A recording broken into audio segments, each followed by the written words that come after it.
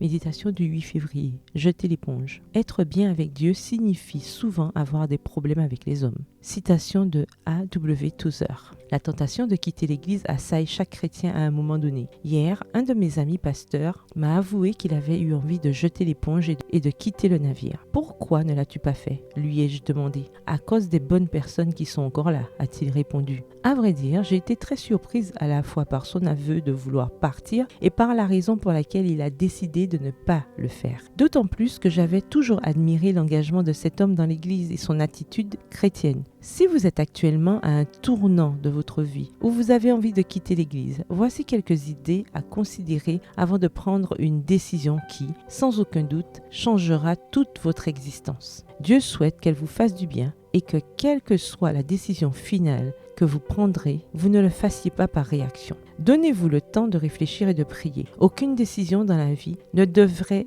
être prise immédiatement après une déception. Premièrement, ne laissez pas votre relation avec Dieu passer par le filtre de l'Église. La vie spirituelle ne se limite pas à l'Église. En effet, les fondements de l'expérience religieuse, la prière, la lecture de la Bible, la méditation, la solidarité, l'examen de soi sont personnels et privés. Ces activités sont prioritaires et ne peuvent être négligées sans que l'on court certains risques. Deuxièmement, n'allez pas à l'église en attendant à ce qu'elle vous apporte quelque chose, mais voyez ce que vous-même vous pouvez apporter à une communauté de personnes qui partagent vos convictions. Le concept de base est l'édification mutuelle. Et même d'un point de vue égoïste, la première personne à bénéficier de l'enseignement d'une classe de l'école du sabbat, de la prédication de sermons ou de la direction et de la participation à une activité quelconque, c'est vous-même. Nous sommes nés pour donner et si nous ne mettons pas cela en pratique, notre sentiment d'insatisfaction